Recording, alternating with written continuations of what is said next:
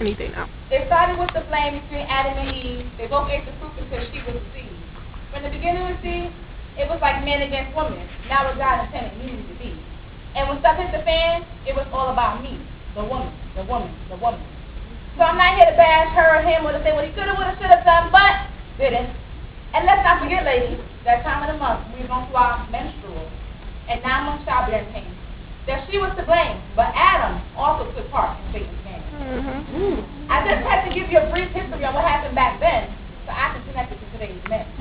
Let's just pass the names of the games and the blame, and stop, fast forward, and play. Men, who would have ever thought there would be a day when I would say, I appreciate them? Obama, I appreciate you. Woo! Obama, I appreciate you. And Kenneth, I appreciate you. I love it. Ben, I appreciate you. Well, I didn't forget you, ladies, because remember, it was all about the woman, the woman, the woman. But brothers, for real, let's get down to the nitty-gritty. Take away the sympathy, the empathy, put aside the excuses, and roll up your sleeves because you may get a few bruises. Yeah. You won't get hurt, but let's clarify your dirt. Because ignorance is bliss, and I want you to understand this. My thoughts, my questions. So stop, rewind, and play. She was deceived because she didn't listen to what God said. So what helped with Adam if his presence was dead? But God made woman out of a man's rib, and he created you and I, T-Y, from the alphabet, so that together they could live. and wherever you lack, we fill the void. Man, we were made for each other. Now, this thought is a thought that most women think. Hard to say because of what some men have done to degrade the real meaning. Like cheat or deceit, steal or kill, take her, rape her, and make her to appease his needs, and then to hunger for what he sees. So as you look at the dude sitting next to you and think to yourself, nah, not me. And not that I'm accusing or abusing you or putting your manhood on the line, take a few minutes to pause and rewind. Think about the stereotypes that have put your reputation on the line. Why are they so aggressive? One is to show their masculinity and manhood so we can say they're the dominant one? Why do they hide their tears and obscure their fears and disguise their emotions just so we can call them men? Why won't you give your brother a hug? Afraid to show some love? You'd rather be tough just so I can call you a man? Man, y'all are complicated. As I talk to the ladies that have stereotyped, accused, and refused to claim you, even though they think that some of the things you do may not be true. See, I can easily fall into the majority of women who say men are no good, too prime, and trifling dogs. And I almost did. But then again, I am not the majority. I am a minority, and because of that, I stand out and I differ.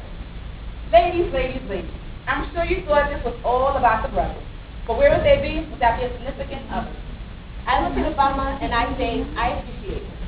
Black man in power, husband and father, soldier for Christ, and advocate of man. Terrence, I appreciate you.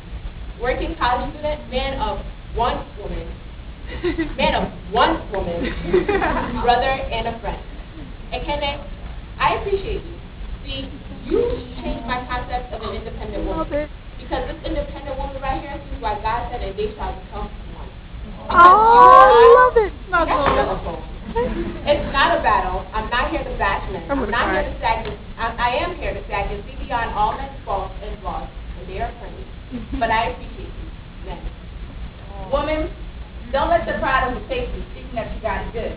Just because you may have dealt with a man outside the hood. Or better yet, his actions and yours are less understood. So as you think to yourself how men can be selfish, disrespectful, greedy, and immature, take a deeper look at yourself. Before you point the finger, remember the times when you were much more. Oh, I don't like that. When getting your way was what mattered most, and using things was a bridge to getting close, or giving away your body, that you still love, but you expected him to go beyond and above. But when stuff hits the fan, you make the next man suffer. Because relationships didn't go according to your plan. That's how women can be. Backstabbers, gossipers, self-centered, sarcastic, and selfish, unforgiving, full of anger, and the list can go on and on. But stop and play. I'm not here to bash him or her, and to say what they could, should, would, do, but won't. I'm here to look past the past, into the present. And now that we've laid bare both sides, we've come to the conclusion that no one is perfect. So give a bone and take a spear. And remember that she was made for him and he was made for her, woman and man. What you have doesn't make you certified, but who you are as God intended to make you